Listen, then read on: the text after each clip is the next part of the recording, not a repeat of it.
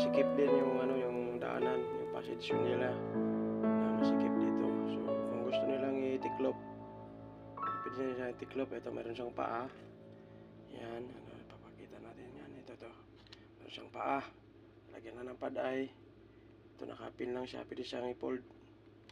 Fold lang yan. Tapos tiklop lang siya doon sa ilalim. Yan.